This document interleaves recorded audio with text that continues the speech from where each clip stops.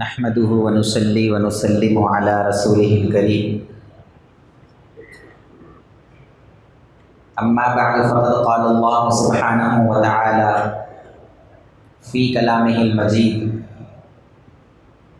اعوذ بالله من الشيطان الرجيم بسم الله الرحمن الرحيم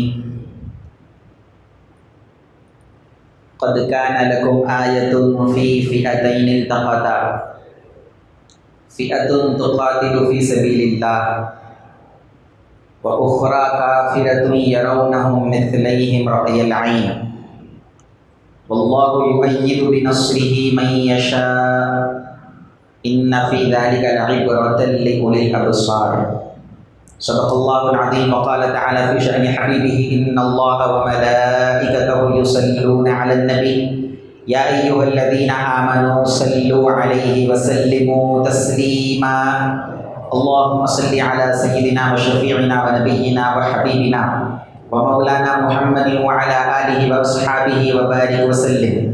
اللهم صل على سيدنا ومولانا محمد النبي الأمي وعلى آل سيدنا ومولانا محمد النبي الأمي الذي قرنت البركة بذاته ومحياه وتعطرت العوالم بطيب ذكره ورياه. السلام علیکم ورحمۃ اللہ وبرکاتہ. محترم المقام حضرت مولانا حافظ و قاری سید احمد نظام الدین نظامی چشتی قادری حفظہ اللہ امام مسجد حاضہ وعزیز القدر برادر مکرم مولانا حافظ و قاری محمد شاہد الحسن کلیمی نوری چشتی قادری حفظہ اللہ تعالی، دیگر حاضرین کرام، اللہ تبارک و تعالیٰ کا فضل و کرم ہے کہ اللہ تعالیٰ نے ہم کو سرکار دو جہاں صلی اللہ علیہ وسلم کی امت میں پیدا فرمایا.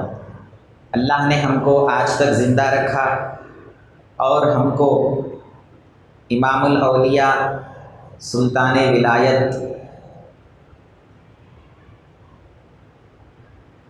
حضور سیدنا شیخ عبد القادر جیلانی غوث اعظم دستگیر رضی اللہ تعالیٰ عنہ کے غلاموں میں سے بنایا. ہم کو قادری نسبت عطا فرمائی، آپ کے مریدین میں اللہ نے ہم کو شامل فرمایا، جس کا نتیجہ ہے کہ آج ہم جلسہ فیضان غوث اعظم رضی اللہ تعالیٰ عنہ میں حاضر ہیں. محبوب کی محفل کو محبوب سجاتے ہیں، محبوب کی محفل کو محبوب سجاتے ہیں، آتے ہیں وہی جن کو سرکار بلاتے ہیں، آتے ہیں وہی جن کو سرکار بلاتے ہیں. اللہ اللہ کہے جانے سے اللہ نہ ملے، اللہ اللہ کہے جانے سے اللہ نہ ملے. اللہ والے ہیں جو اللہ سے ملا دیتے ہیں، اللہ والے ہیں جو اللہ سے ملا دیتے ہیں. غوث کے چاہنے والے کو خدا ملتا ہے، غوث کے چاہنے والے کو خدا ملتا ہے، کوئے جانا کا اسی در سے پتہ ملتا ہے.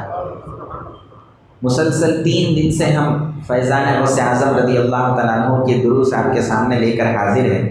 گزشتہ 2 دن حضور غوث پاک رضی اللہ تعالیٰ عنہ کی کتاب فتوح الغیب سے آپ کے سامنے درس رکھا گیا، اور یہ آخری اختتامی ہماری مجلس ہے، اور ہمارے لیے بڑی خوش نصیبی کی بات ہے کہ اس ہماری مرکزی اور اختتامی جلسے میں خصوصی خطاب کے لیے جو تشریف لائے ہیں وہ میرے والد محترم شہر وجے واڑہ کے ممتاز اور مشہور عالم دین، جامعہ نظامیہ کے کامل الحدیث اور سلسلے نوریہ کے خلیفہ حضرت علامہ مولانا حافظ و قاری محمد مستان شریف المعروف کلیمی شاہ نوری چشتی قادری حفظہ اللہ تعالیٰ تشریف لا چکے ہیں. انشاءاللہ ابھی تھوڑی دیر میں ہمارے سامنے جلوہ گر ہوں گے.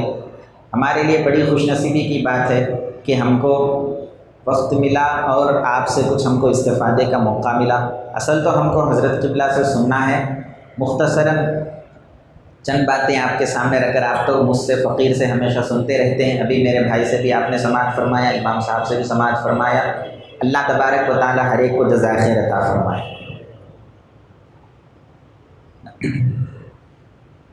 قرآن مجید صرف عہد رسالت میں آپ صلی اللہ علیہ وسلم کے لیے نازل نہیں ہوا، قرآن خالی 1400 سال پہلے کے زمانے کی کتاب نہیں ہے. قیامت تک آنے والے احوال، قیامت تک آنے والے واقعات، قیامت تک آنے والے کیا کیا چیزیں ہیں، اور قیامت تک جیسے جیسے حالات دنیا میں بدلتے جائیں گے ان حالات میں بندوں کو کیا کرنا چاہیے، یہ تا صبح قیامت ہماری رہنمائی کرنے والی کتاب اللہ کی آخری کتاب قرآن مجید. یاد رکھیے، ایک تفسیر کا اصول بتا رہا ہوں. تفسیر کا اصول ہے قرآن کا نزول خاص ہوتا ہے. قرآن کا نزول خاص ہوتا ہے، اس کا مصداق عام ہوتا ہے. اب یہ نزول خاص ہوتا ہے اور مصداق عام ہوتا ہے کا کیا مطلب؟ کوئی ایک خاص واقعہ ہوتا ہے، اس واقعے کے پس منظر میں اللہ تعالیٰ کوئی ایک آیت نازل کرتے ہیں اس واقعے سے ریلیٹڈ، لیکن وہ آیت صرف اس ایک واقعے کے حد تک نہیں رہتی، تا صبح قیامت اس آیت کا مفہوم عام رہتا ہے. کہیں پر بھی ہم اس واقعے کو اطلاع کر سکتے ہیں، اس آیت کو لے سکتے ہیں، اس سے کیا رہنمائی ہم کو ملتی ہے، وہ رہنمائی حاصل کر سکتے ہیں. اب جب یہ تفسیر کا اصول آپ سمجھ لیے ہیں تو آئیے قرآن مجید کی ایک آیت آپ کے سامنے تلاوت کرنے کا شرف حاصل کیا گیا. اس آیت میں اللہ تبارک و تعالی جنگ بدر کا تذکرہ کر رہا ہے. کون سی جنگ کا؟ مسلمان اور کفار کے درمیان پہلی جو جنگ ہوئی، کون سی جنگ ہوئی؟ جنگ بدر. اس جنگ بدر کا اللہ تبارک و تعالی اس آیت کے اندر تذکرہ کر رہا ہے، اور اس آیت میں دو گروپوں کا ذکر ہے، دو الگ الگ گروپوں کا ذکر ہے، دو الگ الگ پارٹیز کا ذکر ہے، دو الگ الگ گروہوں کا ذکر ہے. ان دونوں میں آپسی دشمنی ہے، آپس میں باہمی جنگ و جدال ہے. اللہ تعالیٰ اس جنگ و جدال کو بیان کر رہا ہے. کیا فرمایا اللہ تعالیٰ؟ اب یہ جنگ بدر کے حوالے سے اللہ نے کیا فرمایا؟ ایک طرف 313 مسلمانوں کا لشکر ہے، صحابہ کرام ہیں، اس کی قیادت حضور نبی اکرم صلی اللہ علیہ وسلم بنفس نفیس فرما رہے ہیں. دوسری طرف 1000 پر مشتمل کافروں کا لشکر ہے، وہاں ابو جہل ہے، وہاں بڑے بڑے کفار ہے، عتبہ ہے، شیبہ ہے، یہ بڑے بڑے مشرکین مکہ، کافران قریش، یہ وہاں پر ہے. یہ ظاہری طور پر دو لشکر ہے. ایک لشکر حق پر ہے، ایک لشکر باطل پر ہے، ایک لشکر اہل جنت کا ہے، ایک لشکر اہل دوزخ کا ہے. بات سمجھ آ رہی نا آپ لوگوں کو؟ دو الگ لشکروں کا ذکر ہے. ان دونوں میں آپس میں نہیں بنتی، ان دونوں میں آپس میں دوستی نہیں ہے، بلکہ ان دونوں میں باہمی نفرت ہے، باہمی عداوت ہے، باہمی جنگ و جدال ہے، باہمی محاربت ہے. ان دونوں میں آپس میں رسہ کشی چل رہی ہے، دونوں میں آپس میں جنگ چل رہی ہے. اللہ تبارک و تعالی اس واقعے کو بیان کر کے ارشاد فرماتے ہیں قد کان لکم آیۃ فی فئتین التقطا. اے مسلمانوں، یہ جو دو گروپ آپس میں لڑ رہے ہیں، یہ ان کی لڑائی کے اندر تمہارے لیے قدرت کی بڑی نشانی موجود ہے، تمہارے عبرت کی نشانی موجود ہے، تمہارے لیے درس ہے، تمہارے لیے سبق ہے. ان دونوں کی لڑائی میں تم سبق حاصل کر لو. لڑ وہ دونوں رہے ہیں، سبق ہم کو دیا جا رہا ہے کہ تم ان دونوں کی لڑائی سے کیا سبق حاصل کرو گے. قد کان لکم آیۃ، تمہارے لیے عبرت کا سامان موجود ہے، تمہارے لیے اللہ کی نشانی موجود ہے، تمہارے لیے اس کے اندر ایک سبق ہے. ذرا ان کی لڑائی کو مت دیکھو، ان لڑائی سے حاصل ہونے والے درس پر غور کیا کرو. ایک طرف مسلمان، ایک طرف کفار، ان کی لڑائی کیا بتا رہی ہے؟ مہمان خصوصی ہمارے درمیان والد محترم تشریف لا چکے ہیں. نعرے تکبیر، نعرے رسالت. بیٹھ جائیے، تشریف رکھیے، تشریف رکھیے.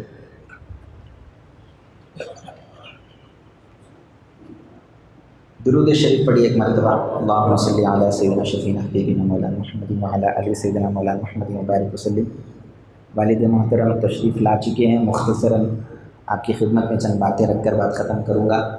بات یہ بتائی جا رہی تھی، جنگ بدر کا واقعہ اللہ بیان کر کے کہتا ہے دو لوگ آپس میں لڑ رہے ہیں، لیکن ان کی لڑائی کو مت دیکھو، کون لڑ رہے یہ مت دیکھو، اس لڑائی میں تمہارے لیے کیا نشانی ہے وہ دیکھو. قد کان لکم آیۃ فی فئتین التقطا. ایک گروپ لڑ رہا ہے، دوسرا گروپ لڑ رہا ہے. اللہ تعالیٰ کیا بیان فرمانا چاہتے ہیں؟ فئۃ تقاتل فی سبیل اللہ. ایک گروپ اللہ والوں کا گروپ ہے، وہ اللہ کے راستے میں جہاد کر رہا ہے، اللہ کے راستے میں لڑ رہا ہے. وَأُخْرَى كَافِرَةٌ. جو دوسرا گروپ ہے وہ کافروں کا گروپ ہے. یہ دوسرا گروپ کیا ہے؟ کافروں کا گروپ ہے۔ یہ تو 1400 سال پہلے کی بات ہے، جنگ بدر کی بات ہے، لیکن قرآن صرف جنگ بدر کے لیے نازل نہیں ہوا، قرآن تا صبح قیامت ہماری رہنمائی کر رہا ہے۔ اب اس آیت کو آج کے دور میں کیسے دیکھیں گے، آج کے دور کے تناظر میں کیسے دیکھیں گے، آج کے حالات حاضرہ کے پیش نظر اس آیت کو کیسے دیکھیں گے؟ اس وقت جنگ بدر کا معرکہ تھا، ایک گروہ اللہ کے راہ میں لڑ رہا تھا، دوسرا گروہ اللہ کے خلاف لڑ رہا تھا۔ آج 1400 سال کے بعد بھی دنیا میں وہ منظر دیکھ رہے ہیں، ایک طرف اللہ کا دشمن اسرائیل ہے اور دوسری طرف اللہ والے فلسطینی مسلمان، یہ اللہ کی راہ میں اپنی آزادی کے لیے لڑ رہے ہیں، اور دوسری طرف یہودیوں کا، اسرائیلیوں کا گروپ ہے جو اللہ والوں کے مقابلے میں لڑ رہا ہے۔ یہ تو اسرائیل اور فلسطین کی جنگ چل رہی ہے، یہودیوں اور مسلمانوں کی جنگ چل رہی ہے۔ فئۃ تقاتل فی سبیل اللہ و اخری کافرہ، ایک اللہ والے ہیں تو دوسرے کافر ہے، دنیا دار ہے، دنیا پرست ہے، لیکن ہم کو ان کی جنگ سے کیا لینا دینا ہے؟ اللہ فرماتا ہے قد کان لکم آیۃ فی فئتین التقطا، یہ مت دیکھو کہ کون کون لڑ رہے ہیں، یہ مت دیکھو کہ کیا ہو رہا ہے، یہ دیکھو کہ ان دونوں کی آپسی جنگ سے تمہیں کیا عبرت مل رہی ہے۔ قد کان لکم آیتن، تمہارے لیے کیا درس ہے، تمہارے لیے کیا سبق ہے ان دونوں کی باہمی جنگ کے اندر، ذرا وہ غور کرو۔ آگے اللہ تعالیٰ کیا فرما رہا ہے؟ ان فی ذلک لعبرۃ لاولی الابصار، ارے یہ جو دو جنگ ہو رہی ہے، اسرائیل اور فلسطین کی جو جنگ ہو رہی ہے، اس میں تمہارے لیے عبرت کا سامان ہے۔ اگر تم نظر رکھتے ہو تو ذرا آنکھ کھول کر دیکھو کہ اس جنگ کے اندر تمہارے لیے کیا نصیحت مل رہی ہے۔ اب ہم کو وہ نصیحت پر غور کرنا ہے۔ اگر یہ نصیحت ہم کو مل جائے کہ اس جنگ سے ہم کو کیا لینا دینا ہے، وہ تو وہاں لڑ رہے ہیں لیکن ہم کو اس سے کیا لینا دینا ہے، ہمارا اس سے کیا تعلق ہے، اگر یہ درس پتہ چل جائے، یہ عبرت کیا ہے وہ حاصل ہو جائے تو ہم کو فیضان غوث اعظم رضی اللہ تعالیٰ عنہ حاصل ہو جائے۔ اب آئیے، یہ تو ہمارے ظاہری دنیا میں جنگ چل رہی ہے، ایک طرف کون ہے؟ یہودی اسرائیل، اور دوسری طرف فلسطینی مسلمان، ان دونوں کی جنگ چل رہی ہے۔ یہ عالم کبیر کے اندر ہے، یعنی باہر کی دنیا میں ہے، بڑی دنیا کے اندر ہے۔ اللہ والوں کے پاس یہ دنیا کو عالم کبیر کہتے ہیں اور انسان کو عالم صغیر کہتے ہیں۔ انسان کیا ہے؟ انسان کے اندر ایک دنیا آباد ہے، انسان کے اندر ایک جہاں آباد ہے۔ یہ چھوٹا جہاں ہے جو انسان کے اندر ہے، یہ بڑا جہاں ہے جو ہم کو نظر آ رہا ہے۔ یہ آفاق کی دنیا ہے، یہ انفس کی دنیا ہے جو ہمارے اندر ہے۔ تو جو آفاق کی دنیا میں ہو رہا ہے وہی کچھ انفس کی دنیا میں بھی ہوتا ہے۔ تو آفاق کی دنیا میں جو حالتیں ہوتی ہے، عالم کبیر میں جو کچھ ہوتا ہے، اس سے ہم کو عالم صغیر میں جھانک کر دیکھنا چاہیے کہ میرے اندر کیا کشمکش چل رہی ہے۔ جیسے عالم کبیر کے اندر ایک فئۃ تقاتل فی سبیل اللہ، ایک گروہ اللہ کے راہ میں لڑ رہا ہے، عالم کبیر کے اندر وہ اخری کافرہ، دوسرا گروہ کافر ہے اللہ کا دشمن ہے۔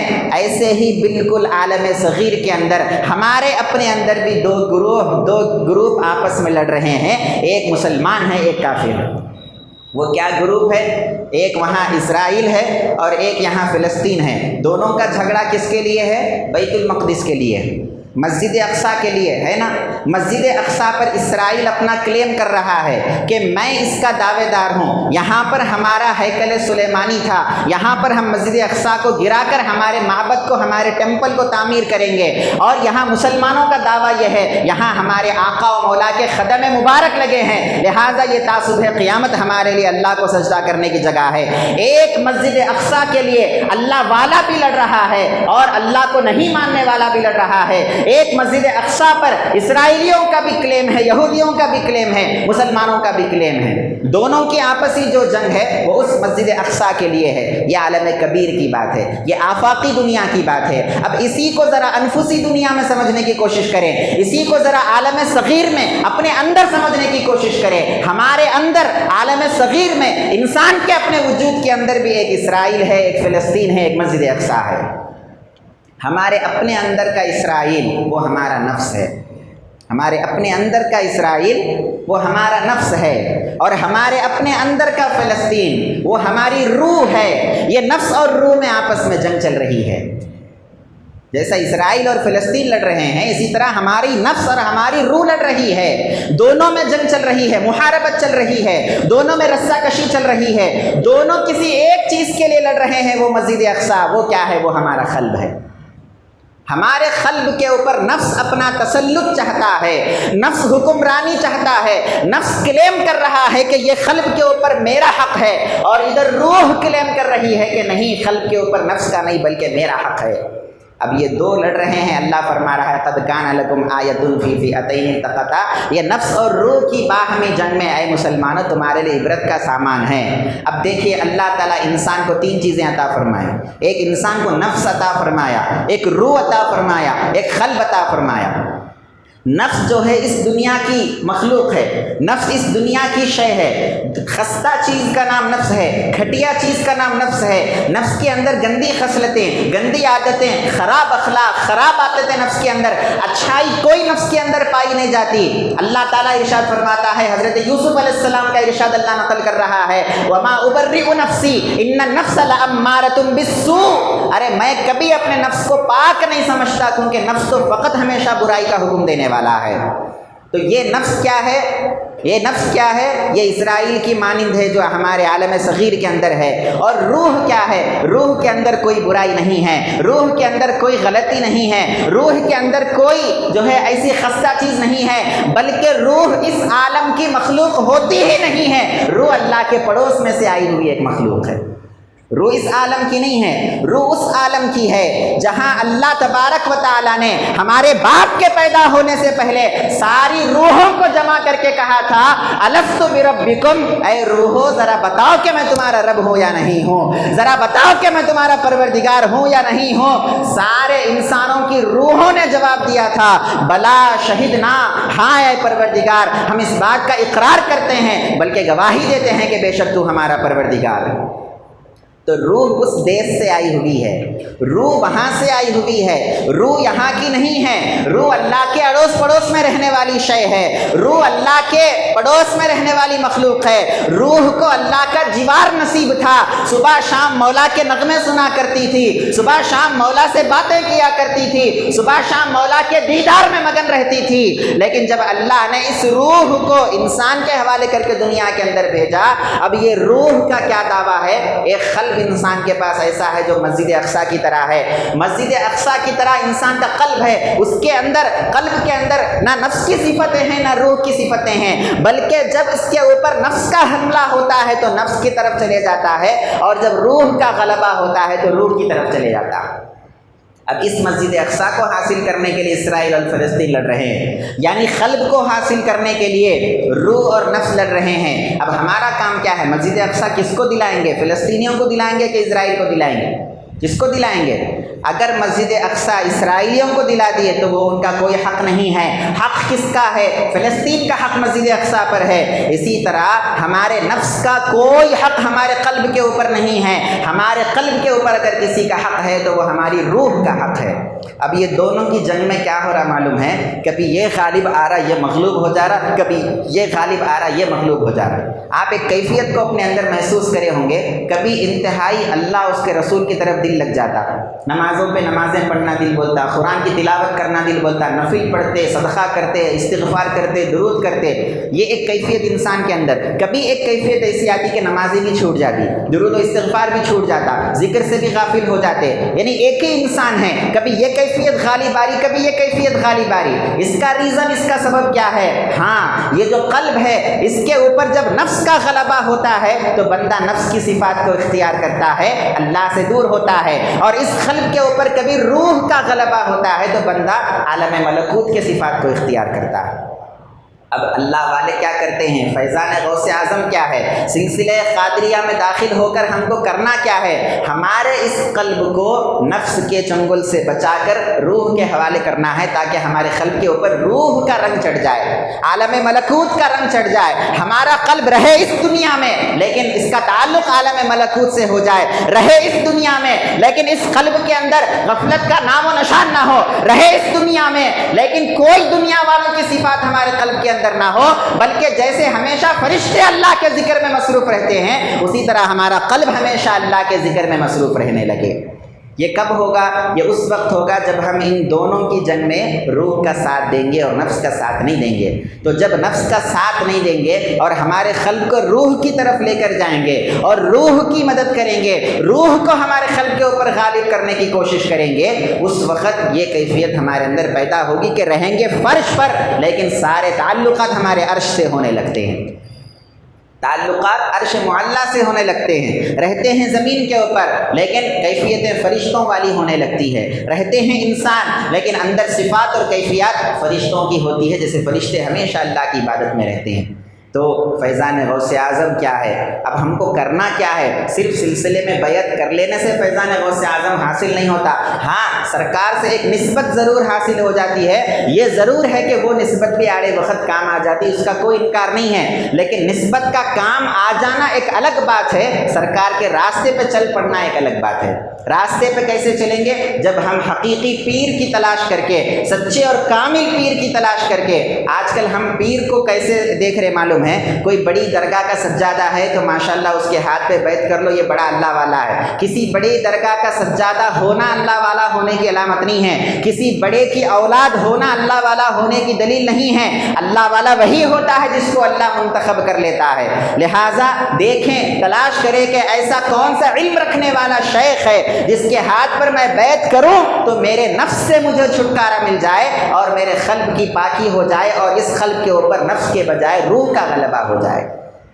لہٰذا محترم بزرگان ملت، ہم کو کیا کرنا چاہیے؟